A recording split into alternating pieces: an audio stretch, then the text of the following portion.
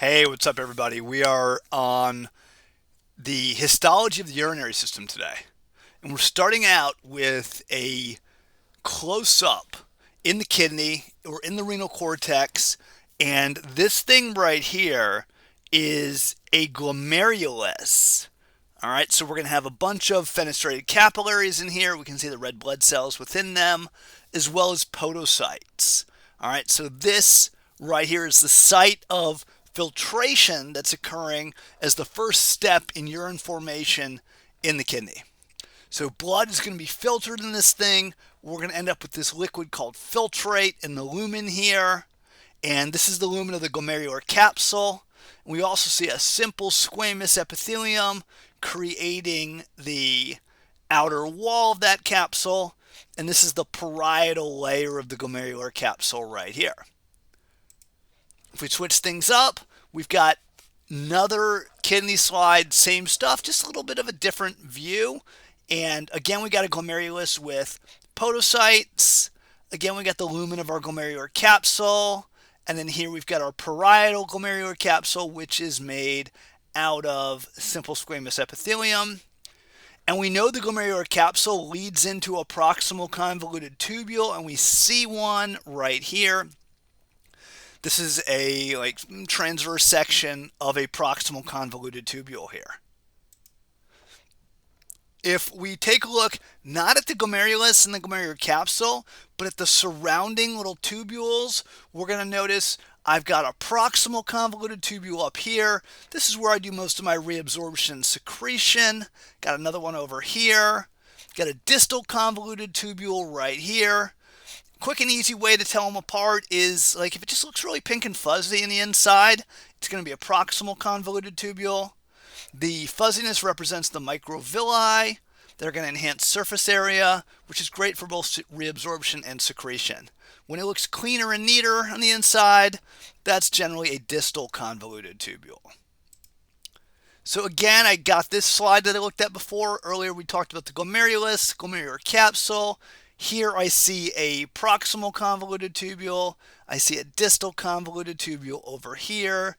Another proximal one right here. Another proximal one here. Another proximal one up here as well. Another view of the kidney. Same basic stuff though. Here's the glomerulus and the podocytes. This simple squamous epithelium, kind of tight in here, but that is the parietal glomerular capsule there. And I definitely see a bunch of proximal convoluted tubules. Look how messy their lumens look. And then I got some distal convoluted tubules as well. All right, is that it for the kidney? No, not quite. I forgot about these guys. In these slides, we see the cortical blood vessels. And so we see all these G's here. These are the glomeruli.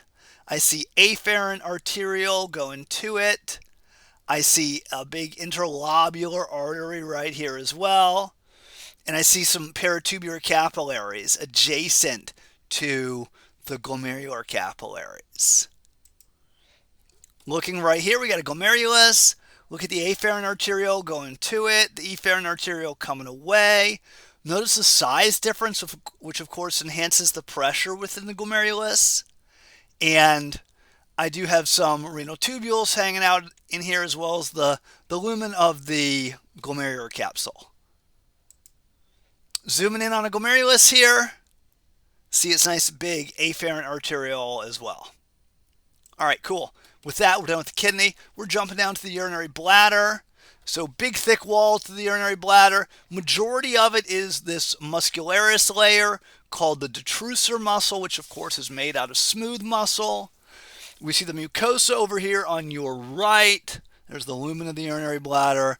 And we got a serosa over here on the left. We're kind of zooming in a little bit. The lumen again is here.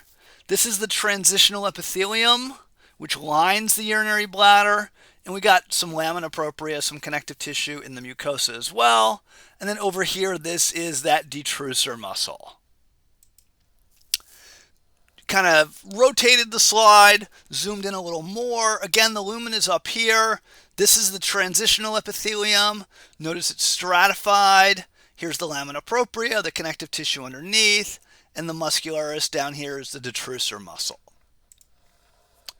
So we switched up to a different urinary bladder here.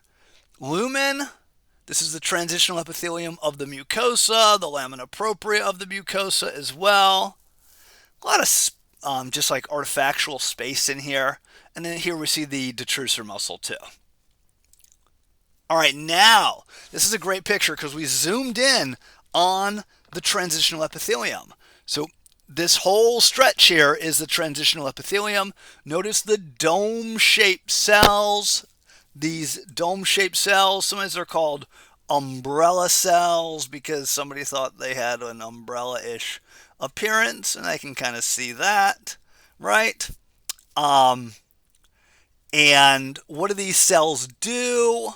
They are kind of dome-shaped right now, kind of curved. And they're going to flatten out when the urinary bladder fills up with urine. So it gives it a little bit more capacity for stretch and storage. Okay, fantastic. We're done the urinary bladder. We're jumping down to the ureter, cross-section of the ureter here. Lumen, typically a collapsed lumen, sort of like a star-shaped lumen here. Transitional epithelium, a little bit of lamina propria, muscularis externa, and then a little bit of adventitia on the outside. And yeah, that's our ureter. A lot of adipose tissue around here too. Pretty neat. Another ureter right here. Again, just check out the lumen. Note that lumen. Once you see that lumen, that's your first clue that you probably got the ureter. Transitional epithelium, lamina propria, muscularis externa out here, adventitia as well. So that's our ureter. Carries urine from the kidneys to the urinary bladder. The muscularis does peristalsis. That's pretty much it. Now I'm going to show you the urethra. I'm only showing you a male urethra here and only showing you the penile urethra. So the penile urethra is actually right down here. It is this space right here. That is the penile urethra. And I want you to notice the penile urethra is in this structure called the corpus spongiosum. And we have two other structures. Each is a corpus cavernosum right here and here. These three corpora are erectile tissues. So they've got a lot of vascular space, which can become engorged with blood to yield an erection. So when we see these erectile tissues, we know we're looking at the penis, and we know we are looking at the penile urethra right here. Sometimes it's called the spongy urethra too because it's in the corpus spongiosum. Okay, I think I got one final slide to show you. This might be the shortest video of all time, which is fine by me. This is another urethra right here.